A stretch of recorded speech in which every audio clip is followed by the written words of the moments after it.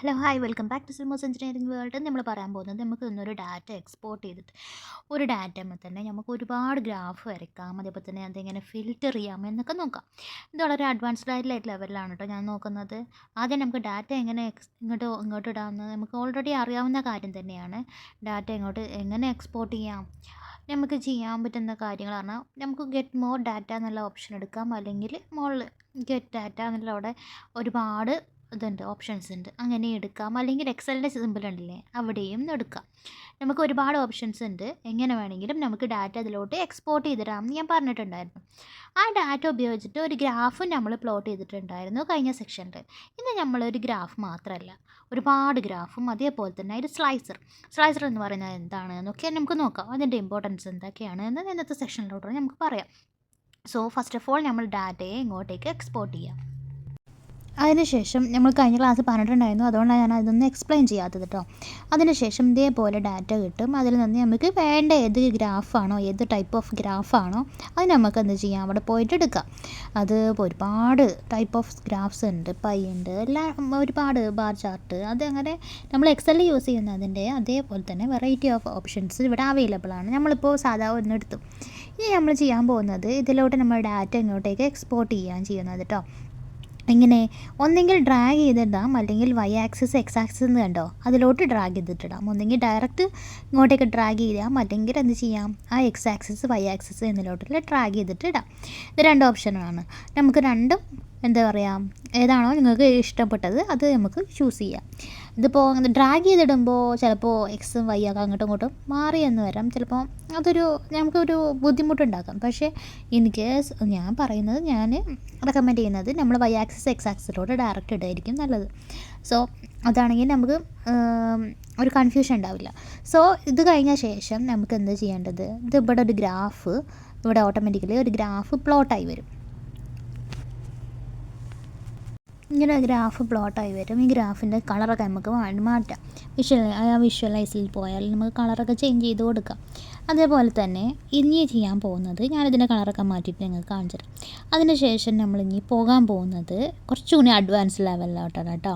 ഞാനിപ്പോൾ ഗ്രാഫ് മാറ്റി, ഞാൻ പുതിയ ഗ്രാഫാണ് ഇട്ടത് കേട്ടോ. ഇതിൽ ഞാൻ വേറൊരു ഗ്രാഫും കൂടി ഇൻസേർട്ട് ചെയ്യാൻ പോവുകയാണ്. ഒരു ഗ്രാഫ് ഇതിലുണ്ട് ഓൾറെഡി.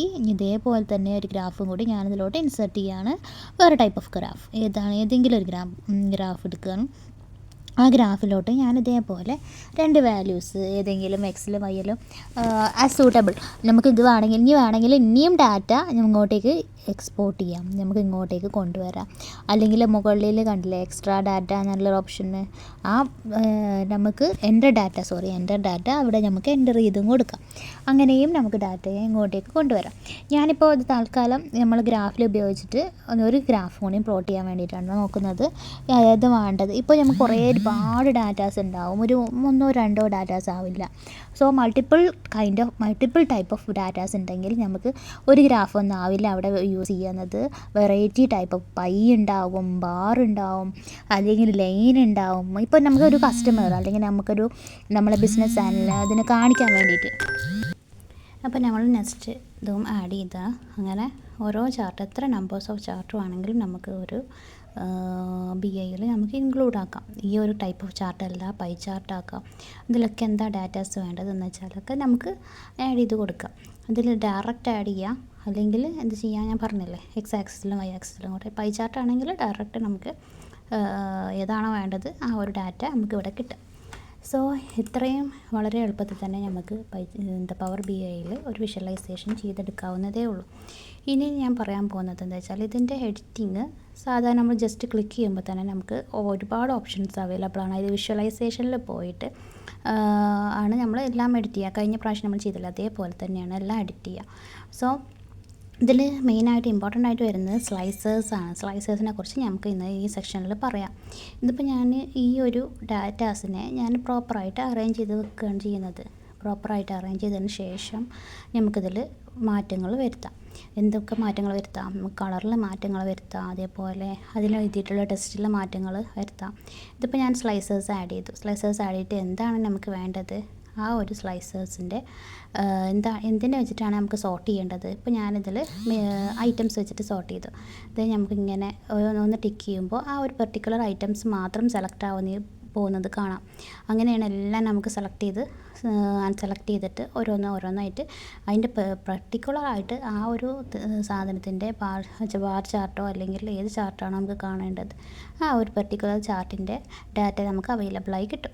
ഇത് ഇങ്ങനെ സോർട്ട് ചെയ്യുന്നതിനെ കൊണ്ടുള്ള ഉപകാരം എന്ന് പറയുന്നത് ഞാൻ പറഞ്ഞല്ലോ, പെർട്ടിക്കുലർ ആയിട്ടുള്ള എന്താണ് നമുക്ക് കാണേണ്ടത് ആ ഒരു സംഭവത്തിൻ്റെ ഡാറ്റ വിഷ്വലൈസേഷൻ അവിടെ നടക്കുകയാണ് ചെയ്യുന്നത്.